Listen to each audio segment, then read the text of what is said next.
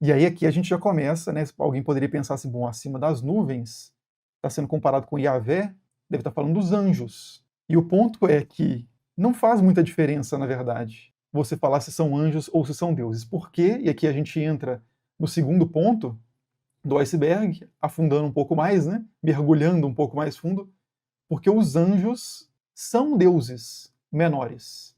Na compreensão do antigo Oriente Próximo, e na compreensão do antigo Judá e Israel, por comparação com os povos vizinhos, com a forma de pensar o sagrado ali, a separação meio que taxonômica, né, de espécie, você tem, sei lá, mamíferos e répteis, você tem deuses e anjos. Essa fronteira entre deuses e anjos não existia no início da história de Israel. Ela passa a existir tardiamente. E aí essa categoria modificada é retroprojetada na leitura dos textos. E eu vou mostrar isso aqui, puxando outro povo para a conversa, que são os ugaríticos, o povo do reino de Ugarit. De novo, né, para quem não estava no início aí da live, um povo que está acima do reino de Israel, né, está na região que hoje é a Síria. Então, antes disso, vamos só expandir um pouco mais aquilo que eu falei no início, bem rapidamente. O que é um Deus? Eu falei que Deus, no mundo antigo, não era, essa inclusive é a primeira aula que já está disponível lá no Leitura Histórica da Bíblia, deuses não eram entendidos como oniscientes, onipresentes, onipotentes. Podem tudo, sabem tudo, fazem tudo, estão em todos os lugares, são incriados, são todo-poderosos, né? Nada disso. A ideia de Deus não passa necessariamente por esses critérios. Você pode até ter um Deus que tem as características, mas essa categoria ela não define as figuras que compõem, né, esse conjunto. Porque você tem muitos deuses, vão para a Grécia, por exemplo, a pegar a mitologia mais conhecida, você tem Zeus, que é um deus que é mais forte do que, sei lá, Hermes, que é meio que um funcionário de Zeus, né? Responsável por fazer ali a comunicação dos mortais e imortais, por exemplo, né? Um deus mensageiro, etc. Zeus, na Ilíada, a gente vai ver isso daqui a pouco também, nos textos lá na poesia grega, ele ameaça os outros deuses, falando que ele é mais poderoso, os outros deuses abaixam a cabeça para ele. Tem deuses, por exemplo, Atena, que surge em um certo ponto da história, ela nasce, ela é criada, e vários outros, né? Então, assim, a ideia de Deus no mundo antigo, ela não pressupõe que porque eu estou pensando em categorias meio biológicas, né? Que eu dei o exemplo do réptil e do mamífero, que esse ser sempre existiu e pode tudo. Não, isso não é um critério. E os povos ali no mundo antigo, eles compartilham essa imaginação sobre os deuses, assim como eles compartilham o vocabulário para falar de Deus. Então, em hebraico é El, como eu já antecipei ali, né? Deus é El, ou outras formas de El, né? Eu vou falar El para não ficar com esse L aberto, que é mais difícil ficar falando El, mas assim, El é uma palavra que tem variações, então você tem Eloá, por exemplo, você tem Elohim, que é o plural de Eloá, mas que serve também como singular, e sempre que você encontra a palavra Deus no Antigo Testamento, é uma dessas formas, ou é El, ou Elohim, principalmente Elohim é o mais comum, ou Eloá, ou Elim, no caso de deuses, ou Elohim, usado como deuses, no plural também. São mais de 3.000 ocorrências dessa palavra no texto em hebraico, né? A gente traduz isso como Deus para o português. Você tem, em Ugarit, você tem os deuses, são chamados de Ilim, no plural, ou Il, vou falar só o singular aqui, tá?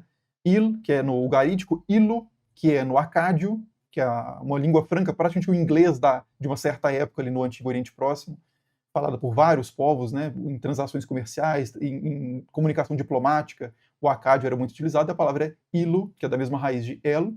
Você tem elá, que é em aramaico, que é outra língua também, né, de Aram, que era muito utilizada como uma língua franca, né, entre vários povos, e ilá no árabe também. Então, el, il, ilo, elá, ilá é no árabe, Alá, inclusive, o termo que os muçulmanos usam para se referir ao seu Deus. Os cristãos e judeus em árabe chamam o seu Deus de Alá também, né? Porque Alá é Al, o artigo definido, o Ilá, o Deus. Al-Ilá, que virou Alá. Né? Então, é a mesma raiz que mostra essa comunicação cultural. Né? Essas línguas não brotaram separadamente em vários lugares, assim como essas culturas, as formas de pensar sobre o sagrado, as formas de pensar sobre os deuses não surgiram independentemente entre os povos. Isso é um caldeirão cultural ali com muita troca, da qual emergem textos como os textos de Ugarit e como os textos da Bíblia. Então, os deuses de Ugarit, aí vamos falar especificamente dos deuses de Ugarit, que são uma grande família. Esse aqui é uma das tabuinhas de Ugarit, que contém o ciclo de Baal, né? Uma das tabuinhas que tem o ciclo de Baal, são as histórias de Baal, só contextualizando, inclusive. É muito interessante isso, porque a gente sabia que existiam deuses que eram adorados, né?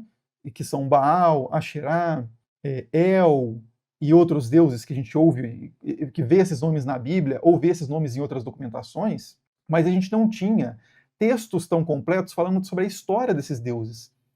Tá, Baal é um deus que era adorado em Canaã, né, no Levante, em volta ali de Israel e Judá, e dentro também de Israel e Judá. Mas o que diziam sobre esse Baal? Como é que ele era representado? Quais os seus atributos, as suas tarefas, as expectativas que se tinham sobre ele, os cultos, como é que eram feitos para ele?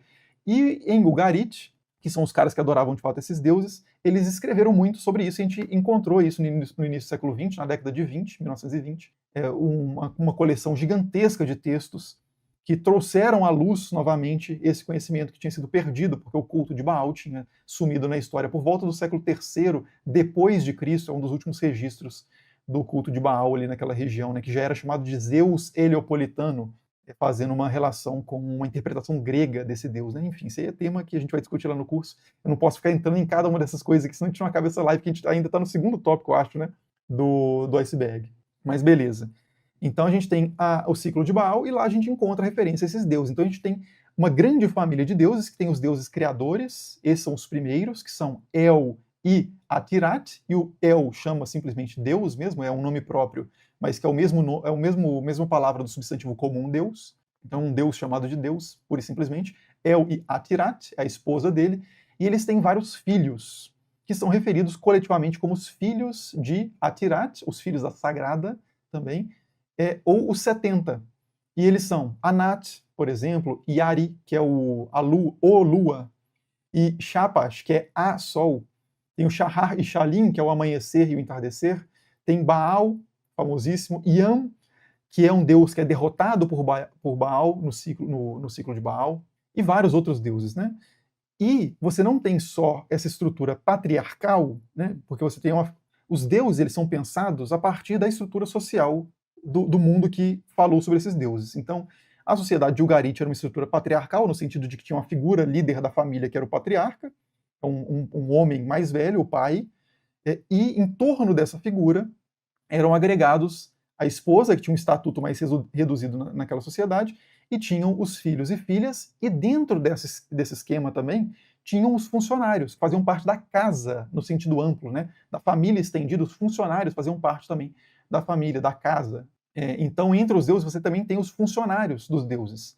Você tem os pais, os filhos e os funcionários. O mais alto funcionário do panteão ugarítico é o Kotar Warrassis, que significa habilidoso e sábio, habilidade e sabedoria, que é uma espécie de um mordomo, um administrador da casa, e ele é um conselheiro também dos deuses, ele forja armas para os deuses, ele cria feitiços para os deuses usarem nos seus confrontos, e por aí vai.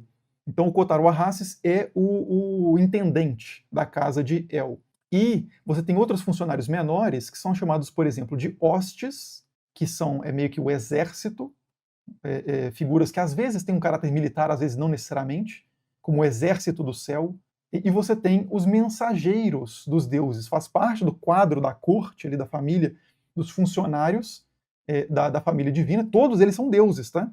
Não é porque El é o criador que ele só é Deus e os outros não são. Todos são chamados de Ilim, de deuses. Todos eles são são deuses. Todos eles recebem culto, todos eles recebem oferendas, todos eles são temidos pelas pessoas, todos eles são vistos como superiores aos humanos, aos mortais. São todos deuses. Mas tem essa hierarquia assimétrica de deuses, e entre esses deuses tem os mensageiros, certo? Os mensageiros, que em ugarítico, a palavra mensageiro, ela é escrita assim, né? Isso aqui é uma transliteração, porque ela é escrita a partir da escrita cuneiforme, né? Que é essa escrita aqui, mas isso é passado para as letras latinas, que a gente está mais acostumado com elas, como M, L e K. Só tem consoantes porque a língua ugarítica era só de consoantes, assim como o hebraico, né? M, L, K. M, L, K seria algo como malach, malak, se você inserir algumas vogais, e no plural seria malachim, ou malakim. Bom, seria como, por quê? Por que eu estou traçando essa comparação? Porque no hebraico é exatamente isso, né? Mensageiro no hebraico é malar, e mensageiros, malachim. Então, é exatamente a mesma raiz linguística. Tá? Isso aqui não é porque é parecido, não estou fazendo assim, a palavra manga parece com a palavra panda, sei lá, nem parece muito, né? Mas assim, não, são palavras que a gente pode traçar, né, a história do desenvolvimento linguístico dessas palavras. A gente constata que ela tem a mesma raiz semítica. Então, a palavra que os ugaríticos usavam para mensageiros é exatamente a mesma palavra os hebreus, né, os israelitas e judaítas usavam para mensageiros. É como se eu dissesse advogado e um colombiano dissesse abogado. A gente percebe que são palavras diferentes, porque estão em línguas diferentes, mas são da mesma raiz, tá claro? Beleza. Então, os deuses menores, mensageiros, funcionários da corte celestial, eram chamados de, passando para o hebraico, né, a palavra semelhante em hebraico seria malachim, que é a palavra que no hebraico aparece como angelos, no grego. É transliterado assim, né, porque são dois gamas, mas quando tem essa estrutura com duas letras gama, você lê uma como N aqui, né, então é angelos. Angelos, em grego, é mensageiro também. Então, por exemplo, João Batista, que é um humano, é chamado no Novo Testamento, no texto original grego, de angelos, um mensageiro, aquele que vem antes de Jesus, que vem anunciar, né, o Messias, aquele que precede o Messias. Ele é um mensageiro, ele é um angelos, que proclama no deserto, etc. Né? Só que essa palavra angelos, do grego, que é de onde, claro, isso já está claríssimo agora para vocês, né, todo mundo já sacou isso, nem precisa falar, é de onde vem a nossa palavra anjo. Essa palavra angelos passou a ter depois um sentido específico de se referir a um tipo de ser sobre-humano que poderia inicialmente ser um mensageiro divino, ele mesmo divino, ou um mensageiro dos deuses, mas ele já não mais divino, ele é pensado como uma figura que está em outra categoria. Então, mamífero e réptil, né? Então você tem coisas que são totalmente diferentes, separadas, tem deuses e anjos. Originalmente não tinha isso. Você tem seres sagrados, que são os Ilim, os Elim, Elohim, são seres sagrados, podem fazer o mal, podem fazer o bem, podem ser fracos, podem ser fortes. Bom, todos eles são mais fortes do que os humanos, mas podem atrapalhar a colheita, podem ajudar a colheita, mas todos eles são chamados, estão na mesma categoria.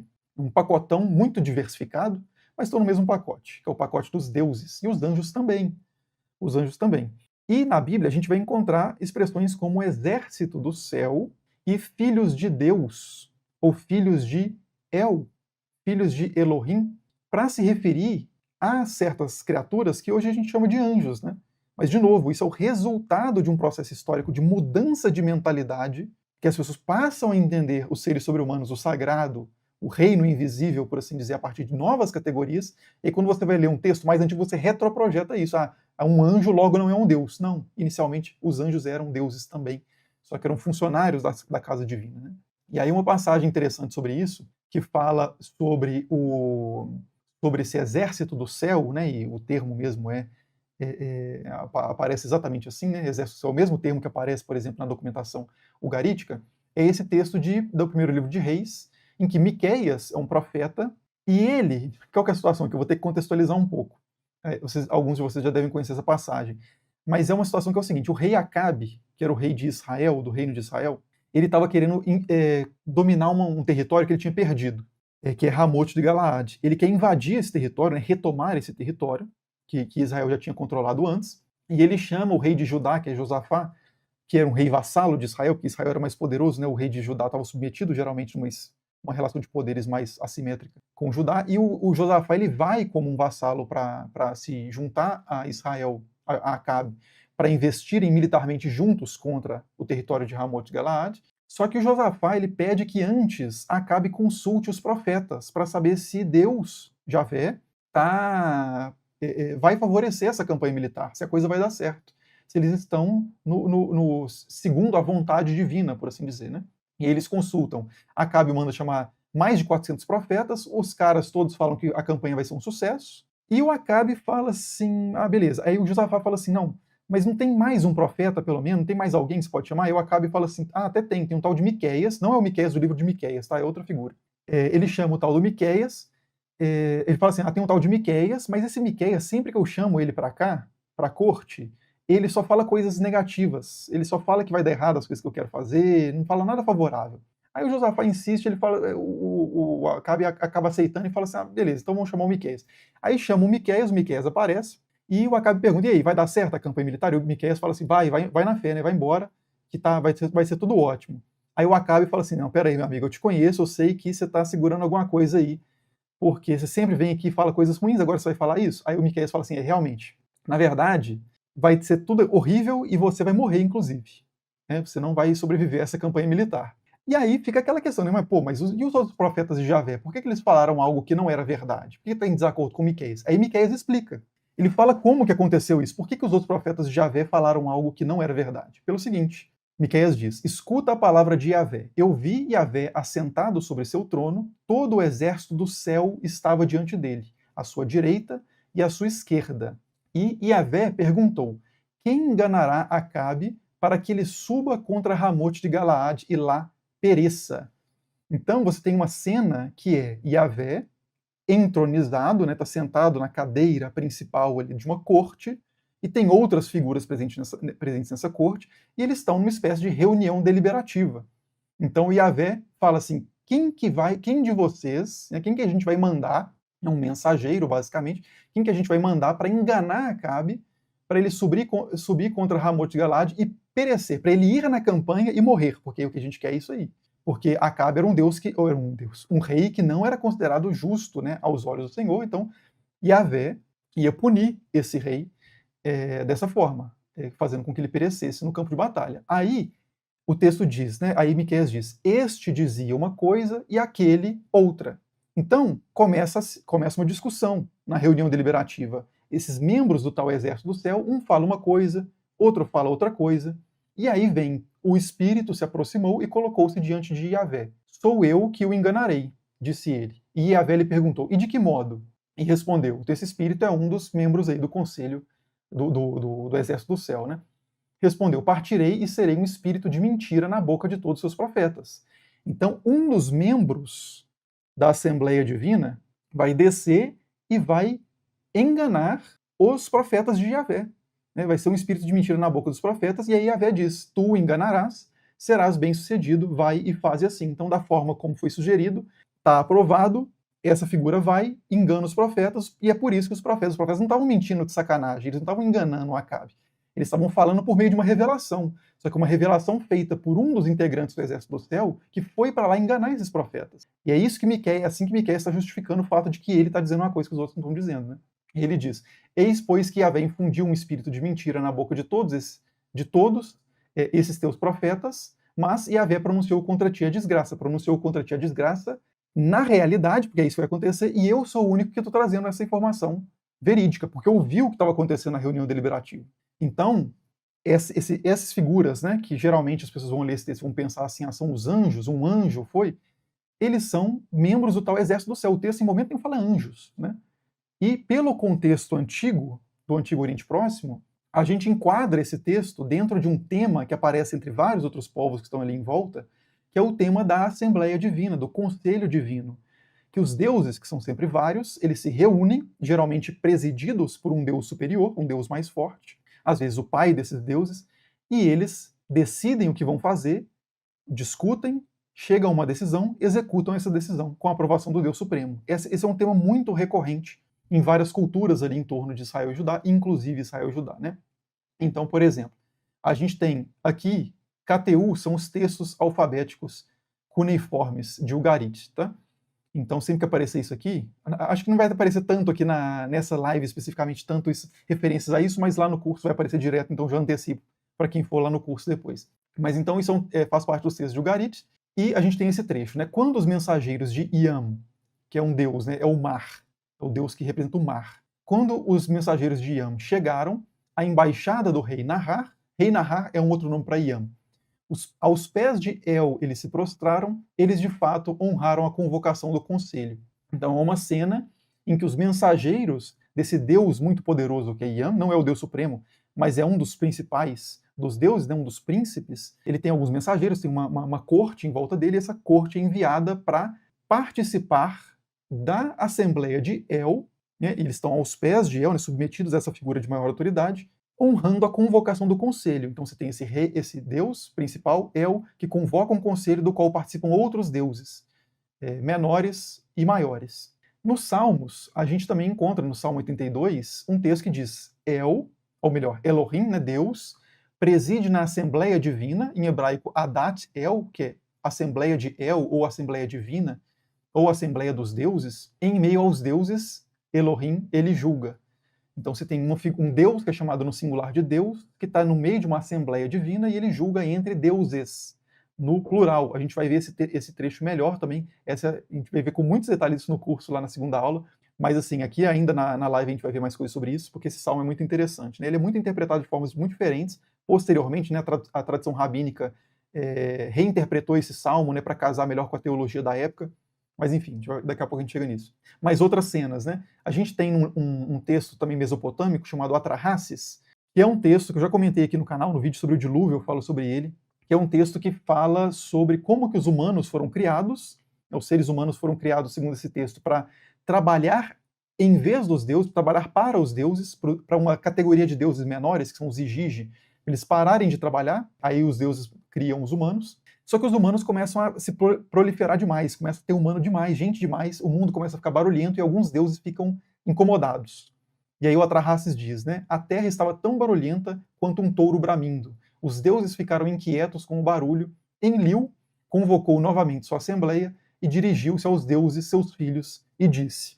Ele convoca, diante desse problema que ele constata, que é essa superpopulação, ele convoca outros deuses, que são referidos como seus filhos, para discutir o que fazer para resolver esse problema. E eles vão chegar a uma série de soluções, que eles vão tentar várias, que é basicamente lançar várias calamidades, pestes, e vai culminar num grande dilúvio para destruir a humanidade. Só que tem um dos deuses, que é o Ea, que é um irmão de Enlil, que ele é mais próximo da humanidade, então ele informa um cara, que é o Atrahasis, né? Atrahasis significa o super sábio, o grande sábio, é um humano, um mortal, ele informa esse cara de que vai ter esse dilúvio e prepara ele para o dilúvio, falando para ele construir uma grande arca, né, uma grande embarcação, e colocar nela a semente de tudo que vive, né, como diz o texto. Então, é uma história que tem um paralelo muito claro com a história da Arca de Noé, né? A gente já discutiu isso aqui num vídeo no canal sobre o dilúvio. Mas assim, o que importa mais para nós é isso, que a gente tem esse mesmo tipo de cena, esse mesmo tema, que é de uma reunião de deuses diante de uma certa situação, conversando, discutindo, presididos por um presidente da reunião deliberativa, para ver o que faz e chegam a uma certa decisão, né? Outro exemplo, esse na Grécia, não está tão longe, tá? Às vezes o pessoal pensa, a Grécia, aí saiu do Oriente. Não, não saiu não, Grécia antiga é Oriente também. Na Ilíada, esse poema que fala sobre a guerra de Troia, né? O que acontece? Os deuses ficam intervindo o tempo inteiro na guerra de Troia, às vezes a favor dos troianos, às vezes a favor dos aqueus, né, dos gregos, e Zeus, num determinado momento, no oitavo canto da Ilíada, ele chega para os deuses e fala assim, ó, acabou esse negócio de intervir, a gente não vai mais favorecer nem um lado nem o outro, e quem intervir, eu vou arrebentar. É basicamente isso que ele diz. Só que antes dele falar isso, tem uma moldura narrativa que diz, né? Aqui é o narrador dizendo, o poeta mesmo dizendo, por toda a terra espalhava a aurora o seu manto de açafrão, que é uma forma bela de falar que amanhecia, é só isso, né? Enquanto Zeus, que com o trovão se deleita, reunia os deuses no píncaro mais elevado, no topo, no ponto mais elevado do Olimpo, de muitos cumes. Essa é outra característica muito recorrente nesses textos, é que essa reunião geralmente acontece na montanha, né, no topo de uma montanha, de um grande monte. Baal tem o seu monte, Zafon, a gente tem na Bíblia o monte Sinai, muito importante, na Grécia a gente tem o monte Olimpo, né, os territórios altos, lugares altos. As regiões mais elevadas são geralmente o ponto em que essas reuniões acontecem. Então, no topo do Olimpo, Zeus reúne os deuses ali, e ele toma a palavra e todos os outros deuses escutam. E ele começa a falar isso que eu falei, né? Que é de, olha, quem intervir aí na guerra, eu vou arrebentar. E todo mundo abaixa a cabeça e não intervém, depois isso acaba mudando mais para frente no conflito. Mas então, a gente pode chegar a uma conclusão, né? E aqui eu trago um livro que é uma das bases lá do curso, um livro fundamental para quem gosta desse assunto, para quem se interessa por esse estudo da Bíblia no contexto do Antigo Oriente Próximo, né, que é a Origem do Monoteísmo Bíblico, o pano de fundo politeísta de Israel e os textos de Ugarit, né, do Mark Smith, uma das principais autoridades nisso, da Universidade de Nova York, né, ainda é atuante lá. Ele escreve aqui, né, na página 50 desse livro, os manuscritos do Mar Morto, que é uma coleção de textos que incluem textos bíblicos e textos que não fazem parte da Bíblia também, por volta do terceiro século antes de Cristo até o primeiro século depois de Cristo. Os manuscritos do Mar Morto frequentemente se referem a poderes angélicos como Lim, que é o plural de deuses. Então veja, os manuscritos do Mar Morto são textos hebraicos, tá? São textos em hebraico, vocês podem ver aqui, inclusive, são textos em hebraico, escritos por devotos de Yahvé, são judeus, né, fundamentalmente, e nesses textos, os anjos, nessa época, ainda são referidos como deuses, muitas vezes. Literalmente deuses. Mas após o estreitamento anterior do panteão e o colapso dos níveis intermediários, né, então você tem aqui, lembra que você tem o Deus Supremo, El, e a sua esposa Atirates também não estão no mesmo nível exatamente, mas é uma criadora também, mas numa sociedade em que a figura masculina é central, no panteão também a figura masculina será central. Então você tem El como a figura principal, você tem vários deuses intermediários e você tem os funcionários lá embaixo, que também são deuses. O que acontece é que, com o tempo, no caso da religião de Israel e Judá, essas camadas intermediárias são suprimidas. E aí você passa a ter o Deus, que passa a ser entendido como o único Deus, e os funcionários param de ser referidos como deuses, eles passam a ser referidos como anjos, né, que é o que eu estava dizendo.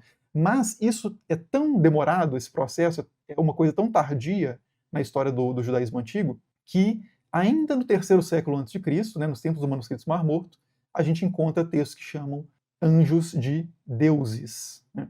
Então, o colapso de seus níveis intermediários, essa palavra provavelmente transmitia a ideia de poderes celestiais, né, o Elim, subordinados ao único poder, que é Javé, o Deus Supremo do Panteão, em vez de divindades plenas. Então você tem essa redução gradual do estatuto dos deuses menores a não mais deuses, agora são anjos meramente. Mas isso é tão tardio que nos manuscritos Mar Morto a gente ainda encontra a ideia de que os anjos são deuses.